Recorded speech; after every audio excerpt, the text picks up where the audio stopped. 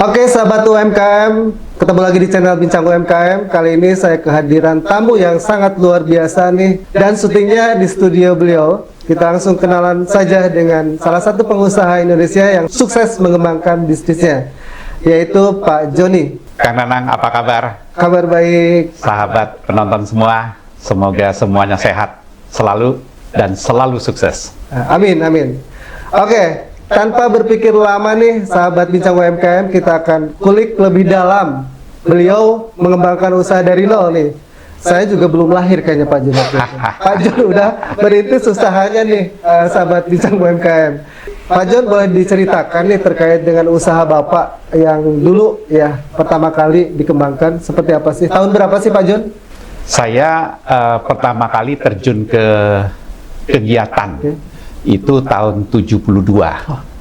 Tahun 72 itu saya mulai terjun di bidang apa ya istilahnya ya? Kalau zaman dulu radio. Oh, oke, radio. Mulai dari penyiar ya, terus di situ berkembang ke media, jadi koran, jadi majalah, sampai sekarang itu 52 tahun ini. Media radio itu? Media. Ya. Di Palembang. Di Palembang ya. Nah, selama 52 tahun mengembangkan usaha pasti akan menemui halangan rintangan ya Pak Jon ya. Nah, bagaimana sih cerita mungkin dulu Pak Jon mengembangkan usaha sehingga bisa bertahan sampai sekarang Pak? Kalau menurut saya sih, kalau kita mau berbisnis harus konsisten. Kalau kita konsisten, branding kita terbangun. Kalau kita bisnis tidak konsisten, branding kita akan hilang. Artinya kalau kita bikin branding baru, kita mulai lagi dari nol. Sehingga kita selalu sudah sampai kilometer 10, kita balik lagi ke nol. Pergi lagi sampai kilometer 15, balik lagi dari nol. Kalau kita bisnis loncat-loncat, bisnisnya tidak konsisten. Sehingga menurut saya perlu suatu tekad. Kalau mau bisnis, jangan dalam istilah coba-coba. Jangan saya mau coba-coba bisnis kuliner. Nah, karena coba-coba akhirnya setengah hati. Jadi kalau sudah pastikan mau kuliner, all out kuliner. Mudah-mudahan berhasil. Jadi caranya adalah ketegasan kita terhadap diri kita sendiri. Bagaimana kita bisa membangun ketegasan itu yang ditunjukkan kepada customer. Akhirnya customer percaya kan kepada produk kita karena lihat kita saking seriusnya gitu. Jadi konsisten itu kuncinya. Jangan coba-coba. Iya. Oke. Nah, kalau kita bicara UMKM ini Pak Jon, langsung aja ya, karena target kita kan adalah UMKM.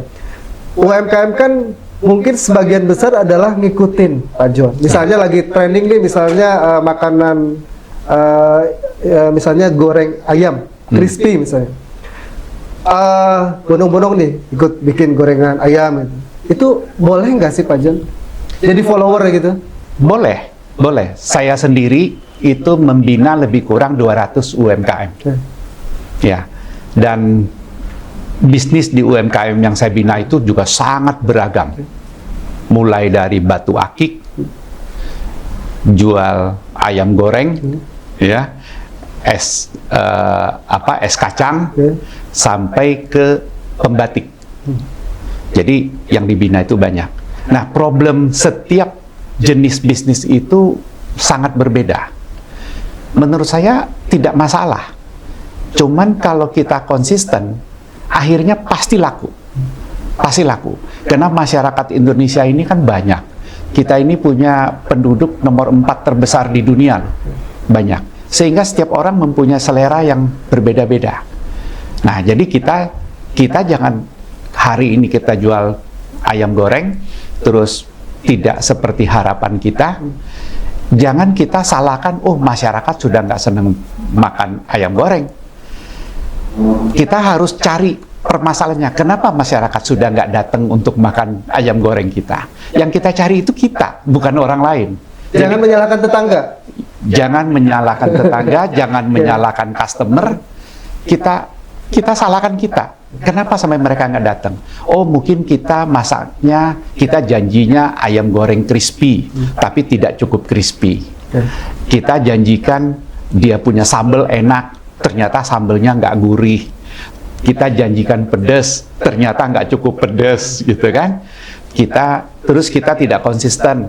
Kadang buka, kadang tidak. Kadang jam 10 pagi sudah buka, kadang jam 11 baru buka, gitu. Kadang-kadang hari tertentu kita off tanpa pemberitahuan kepada pelanggan. Nah, mereka jauh-jauh mau makan ke tempat kita, lihat kita tutup. Akhirnya dia belanja ke tempat lain. Itu ada kemungkinan kita akan hilang satu langganan itu. Karena begitu dia coba ke tetangga, ternyata tetangga juga enak. Mungkin lain kali dia sudah jadi langganan tetangga, bukan langganan kita lagi. Jadi menurut saya, bisnis itu harus konsisten. Ya. Oke, tips pertama dari pengusaha Pak John adalah konsisten. Oke, bicara UMKM nih Pak John.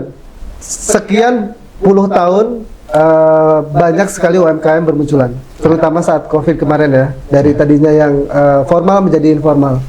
Menurut Pak John, tren kedepannya UMKM itu akan seperti apa sih Pak? Menurut saya tren ke depan UMKM ini akan terbagi dalam banyak sektor. Jadi makin harus fokus.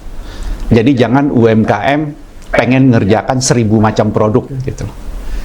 Ya, jadi kalau dia main di tekstil, dia main di desain, ya dia fokus di situ.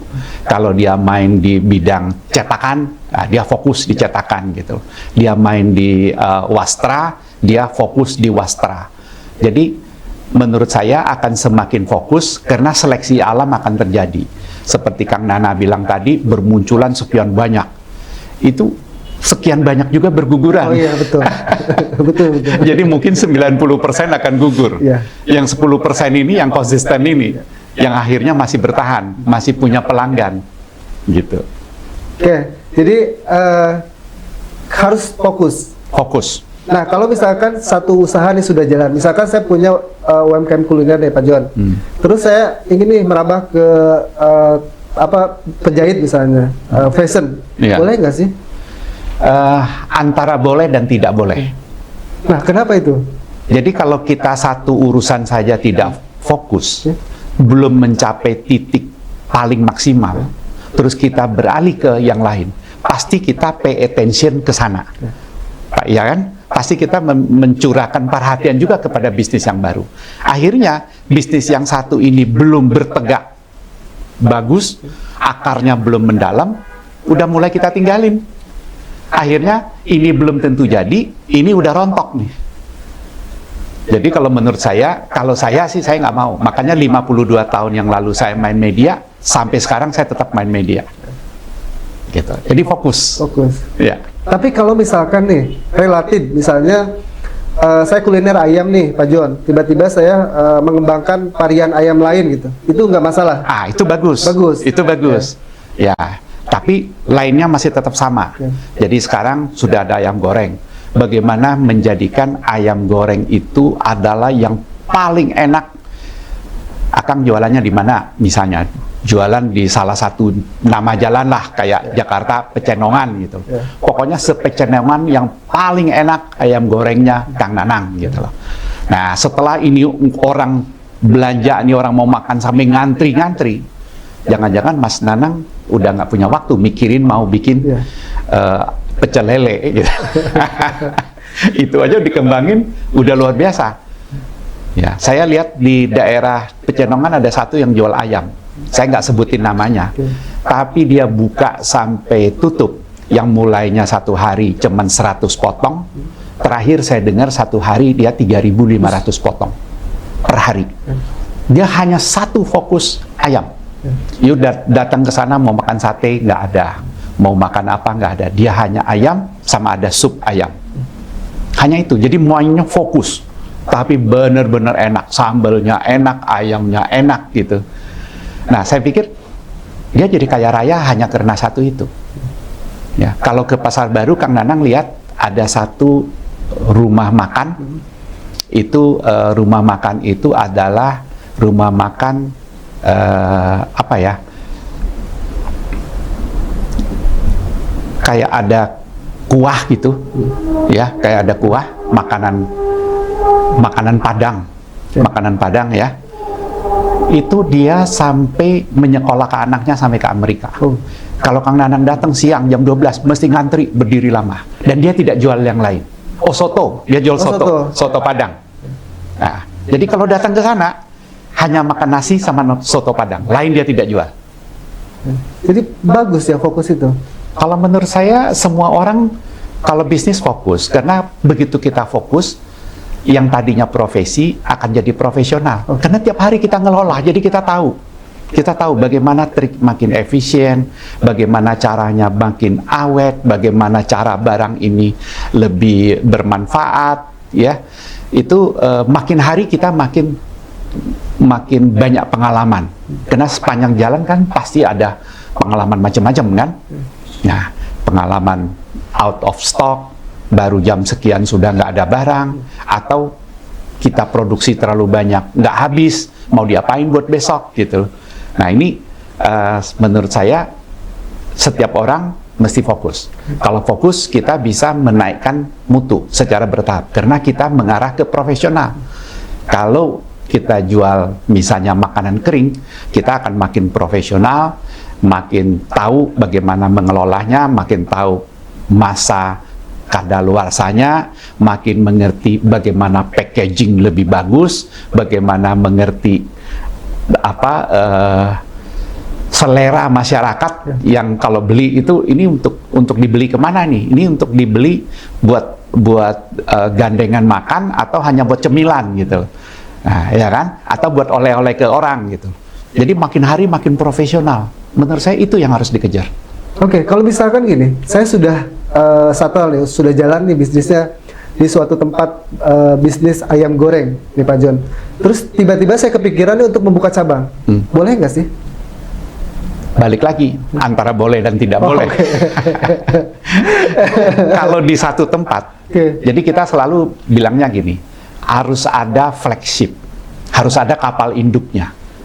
Atau kalau istilah banyak anak muda sekarang, harus ada ATM-nya kita. Kalau kita di sini belum beres, kita baru merasa bagus, tapi sebenarnya kita belum bisa jadikan ATM, tempat ini belum bisa menghasilkan uang yang banyak. Tahu-tahu sumber daya kita udah kita pakai buat cabang satu. Kembali lagi, ini nggak keurus, ini belum tentu berhasil.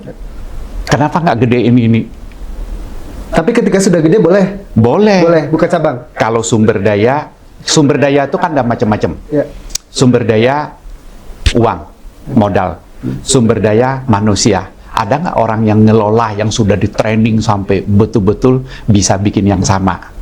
Nah itu sumber daya dari pihak kita, pihak yang mau ngembangin bisnis. Terus kita juga harus lihat pasar yang mau kita buka itu di mana, cocok nggak masyarakatnya. Jangan kita pengen buka ayam goreng, tetapi daerah sana orang lebih suka pecel lele. Kita bukalah ke sana. Akhirnya modal kita habis di sana. Akhirnya terpaksa balik kandang ngurusin. Tapi kita udah kehilangan banyak nih.